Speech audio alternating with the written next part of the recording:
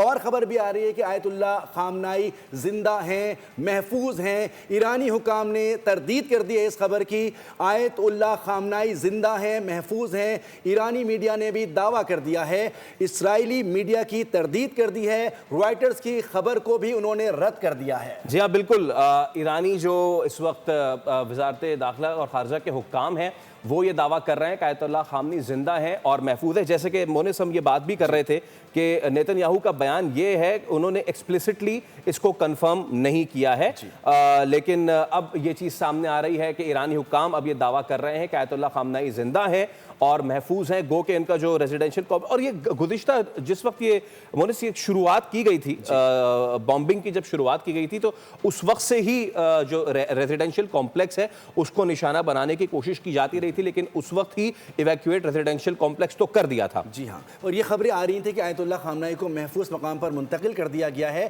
اس کے بعد اب یہ خبر جو ہے آئی ہے، خاص طور پر رائٹرز جو کہ بڑا نام ہے خبروں کے حوالے سے، جب وہ یہ دعویٰ کر رہا ہے تو ظاہر ہے پھر سب کو خبر چلانی پڑتی ہے۔ فوری طور پر جو ہے ایرانی حکام کی جانب سے اس خبر کو رد کر دیا گیا ہے اور کہا گیا ہے کہ آیت اللہ علی خامنائی زندہ ہیں۔ سبسکرائب کریں اور بیل دبائیں تاکہ کوئی خبر رہ نہ جائے۔